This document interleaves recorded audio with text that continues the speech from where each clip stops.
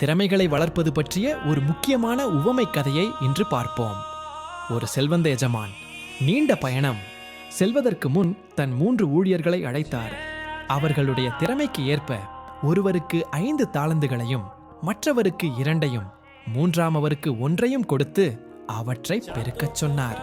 5 தாலந்துகளை பெற்றவர் உடனடியாக செயல்பட்டு வியாபாரம் செய்து அதை 10ஆக மாற்றினார். 2 தாலந்துகளை பெற்றவரும் தன் உழைப்பால் அதை 4ஆக பெருக்கினார். ஆனால் ஒரு தாளந்தை பெற்றவரோ தன் எஜமானுக்கு பயந்து அதை ஒரு குழியில் புதைத்து வைத்தார். நீண்ட காலத்திற்கு பிறகு எஜமான் திரும்பி வந்து கணக்கு கேட்டார்.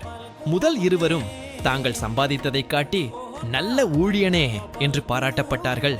ஆனால் 3ஆம் ஊழியனோ, ஐயா, உமக்கு பயந்து உம்முடைய பணத்தை பத்திரமாக புதைத்து வைத்திருந்தேன், இதோ உம்முடையது என்றான். அதை கேட்ட எஜமான், சோம்பேறியே, உள்ளதையும் நீ இழந்து போ என்று கூறி அந்த தாளந்தையும் பிடுங்கி மற்றவருக்கு கொடுத்தார்.